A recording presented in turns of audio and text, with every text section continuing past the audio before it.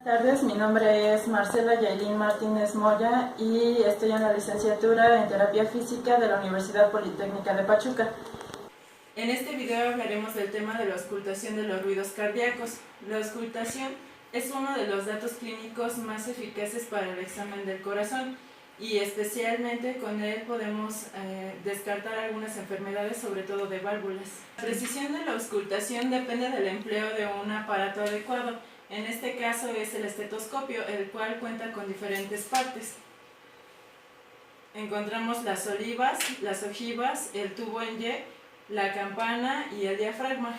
Esas partes son importantes para lograr un adecuado examen de la auscultación de los ruidos cardíacos.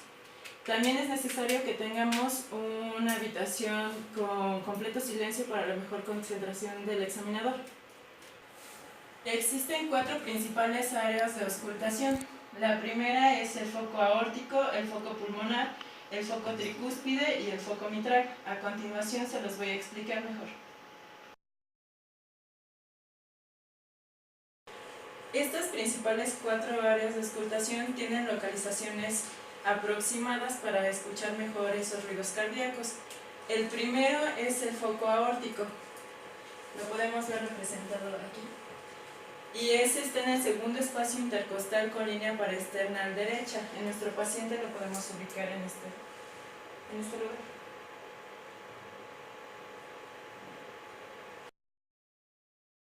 El segundo foco es el foco pulmonar.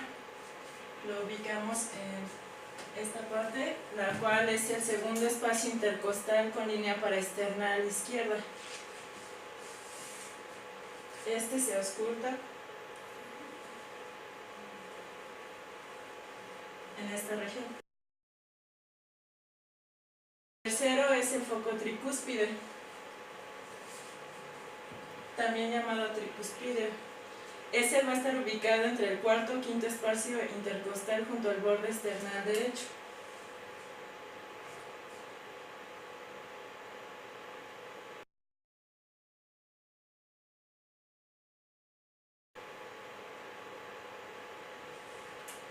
Y el cuarto es el foco mitral, el cual está ubicado en el quinto espacio intercostal izquierdo con línea medio clavicular. Está ubicado aquí. Y en nuestro paciente podemos auscultarlo de esta manera. Hablando un poco acerca de los ruidos cardíacos, tenemos como un ruido cardíaco a los sonidos breves y transitorios producidos por la apertura y el cierre de las válvulas cardíacas. En estos vamos a encontrar 4 diferentes tipos. Van desde primer ruido hasta segundo y tercero y cuarto ruido. El primero es representado por el cierre de las válvulas mitral y tricúspide, y esta indica el inicio de la sístole. Es de larga duración y se oye mejor en el ápex. También es importante recalcar que este primer ruido se puede auscultar mejor en el foco mitral y en el tricúspide. El segundo ruido es originado por el cierre de las válvulas aórtica y pulmonar. Es por eso que es mejor audible en esos focos. Y como dato curioso, un aumento del segundo ruido va a indicar una hipertensión pulmonar. El tercer ruido se produce durante el llenado ventricular rápido y se ausculta mejor en el ápex o borde esternal izquierdo. Y el cuarto ruido y último representa un aumento del llenado ventricular cerca del fin de la diástole, y ese se va a escuchar mejor en el ápex. Un soplo también es un hallazgo que podemos encontrar en la auscultación de los ruidos cardíacos. El soplo por lo general es patológico y es el resultado de la turbulencia del flujo sanguíneo y son más prolongados que los ruidos cardíacos. Estos también van a dividirse en diferentes grados, van del grado 1 al grado 6.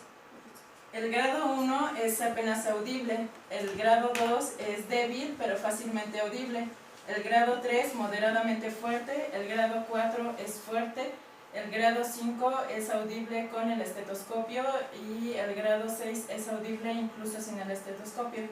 También los soplos van a clasificarse de diferentes maneras. Las principales son sistólicos, diastólicos y continuos.